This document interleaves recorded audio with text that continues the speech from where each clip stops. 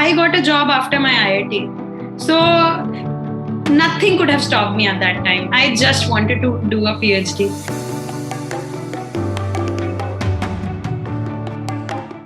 Nevertheless, the questions like age, the duration of PhD, the finance, practicality, the years, when we are like 23 to 28, the prime age which is considered, where when our peers are making money, when they are, investing their time, we are slogging in labs.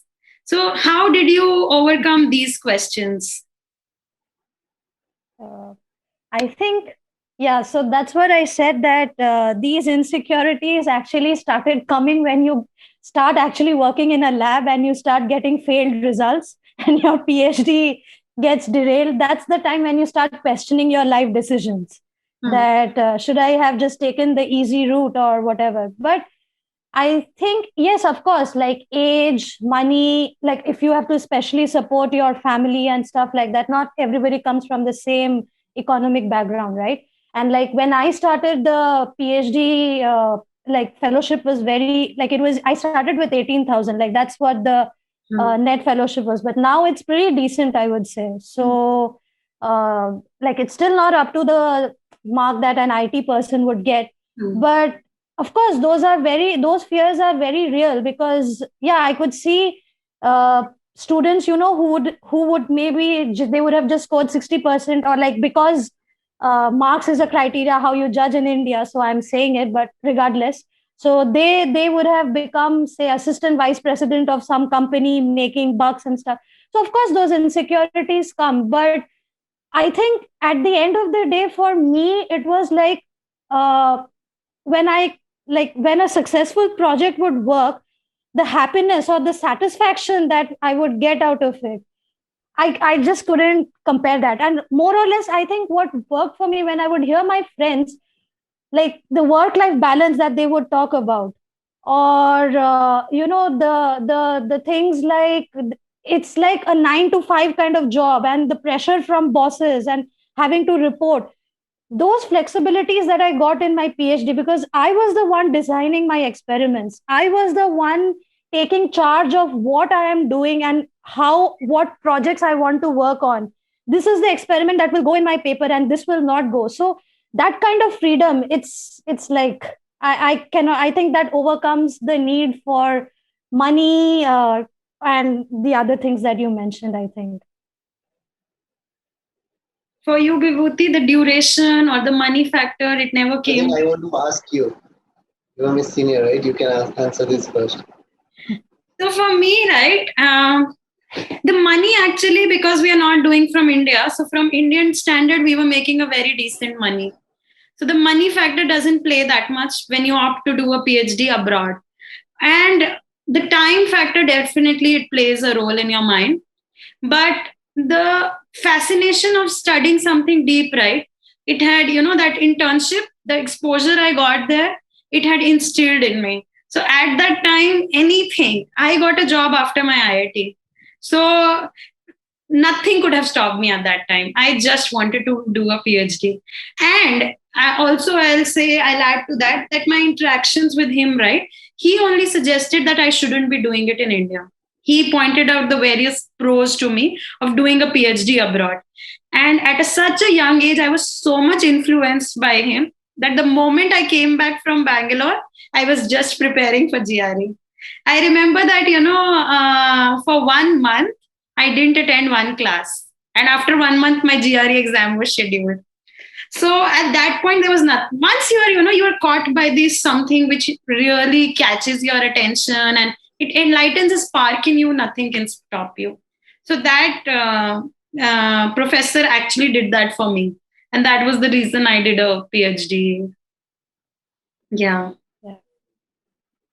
I think for me, I was not very sure like whether to do it in India or like abroad, but I joined a nice lab and I was thinking of like continuing my master's project there. But then my friends were also applying abroad. Then I also wanted to go like US, yeah, do some like go into some big university and like do some research. then I think I mentioned before, like I had some problems, so I just came to Singapore. So yeah, money was not the problem.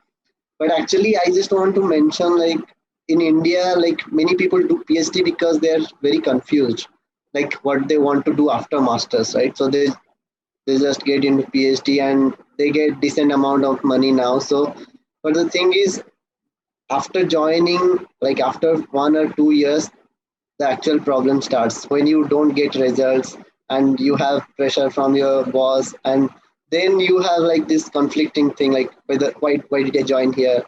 So I think at that time, if you, because some people just leave. I think I read somewhere like 44% or something around that percentage people actually complete the PhD, like of total people who join PhD. So that number is quite frustrating considering so many people join PhD and many of them, like they leave in between. I think if you want to continue your PhD, I think you have to keep yourself motivated and you have to accept that, like more than 90% you will get failures. So you have to accept that first, because in like they show in movies, you just do some, like put on lab coats and do some, mix some chemicals. So it doesn't work that way. So you have to be like ready to accept your failures, I think. Yeah. Other than that, you have to talk to your, like you have to make your life, like work life balance is really important. Like you have to keep your research and your personal life separate, so that if you are like stressful and other like facing any problem, you can share with friends and take their help. So that will motivate you to carry forward. Yeah, I think, PhD mental health, or like mental health in academia, is like a very big question nowadays, Yeah. because I mean, everybody knows, like there are studies in journals like Science and everything. But I think if you really want to make a change, unless you have like gone through that journey, if you really want to change that, like the pressures that a person faces in academia, you can't make that change unless you've been a part of that process, right?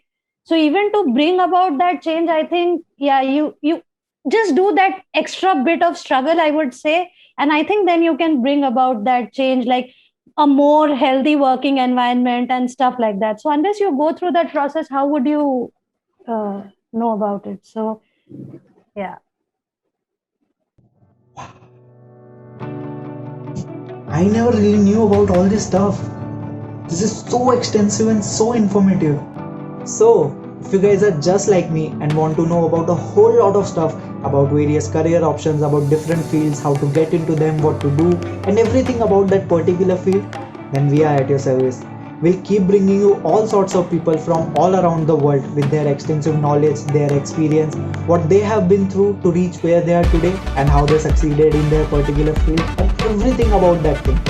All you have to do is just subscribe to us by pressing that subscribe button down below, and also like and comment on our videos. You can also tell us about which field you want to know in our comment section, and we'll definitely get back to you. And you can also press the bell icon somewhere up above, so that you will be the first one to know when we upload any video, because we are ExpertTribe, helping you to change your stories, change your life.